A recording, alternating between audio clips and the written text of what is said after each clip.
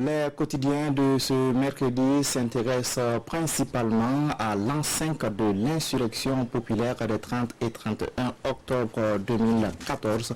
La revue de presse est signée Marcel Thau. Enceinte de l'insurrection populaire, le journal Le Pays donne la parole aux insurgés.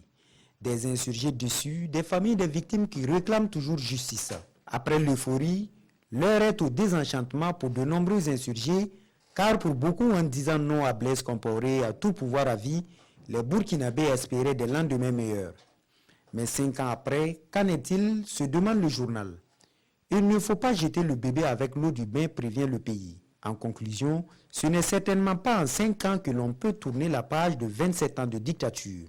Que sont les valeurs de cet armatan politique devenu, s'interroge aujourd'hui au Faso. Ce qui est sûr, 5 ans après l'insurrection, le Burkina Faso cherche toujours ses marques.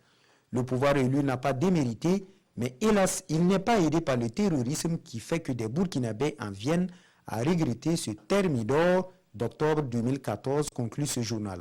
Tout ça pour ça, s'exclame l'observateur Palga.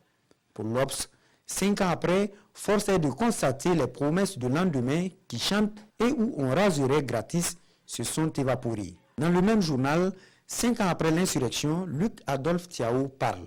Le dernier premier ministre de Blaise Compaoré parle des journées tumultueuses des 30 et 31 octobre 2014 en passant par son exil ivoirien. 30 et 31 octobre, ces dates qui continuent de diviser les Burkinabés, affiche le journal Bobolais, l'Express du Faso, à sa une. Néanmoins, pour ce journal, les Burkinabés devraient pouvoir transcender leur ego, se réconcilier sur des bases plus saines et conduire ensemble leur pays vers des lendemains meilleurs. Peut-être en réponse au journal de tous les Burkinabés citoyens qui se fait écho des propos de Pargui Émile Paré, l'insurgé permanent pour qui les attentes du peuple ne sont pas comblées.